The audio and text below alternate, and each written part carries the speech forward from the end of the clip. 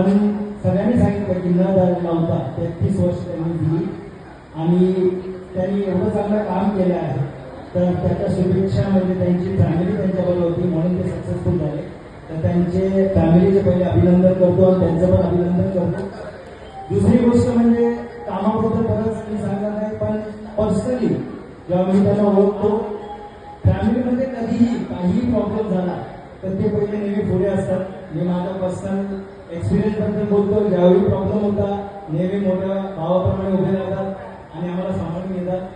दुसरी गोष्ट म्हणजे आता अजून एक सांगतो की आता गुण आणि अवगुण दोन्ही असतात माणसामध्ये. आता अवगुण सांगितलं चालेल ना? ओके.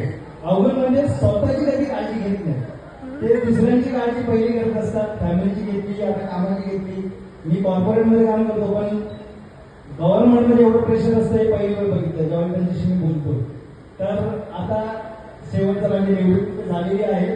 उद्यापासून फॅमिलीसाठी टाइम द्या आणि स्वतःची काळजी घ्या. तो अवगुण आहे तो आता विसरून जाऊन स्वतःची काळजी घ्या म्हणतात.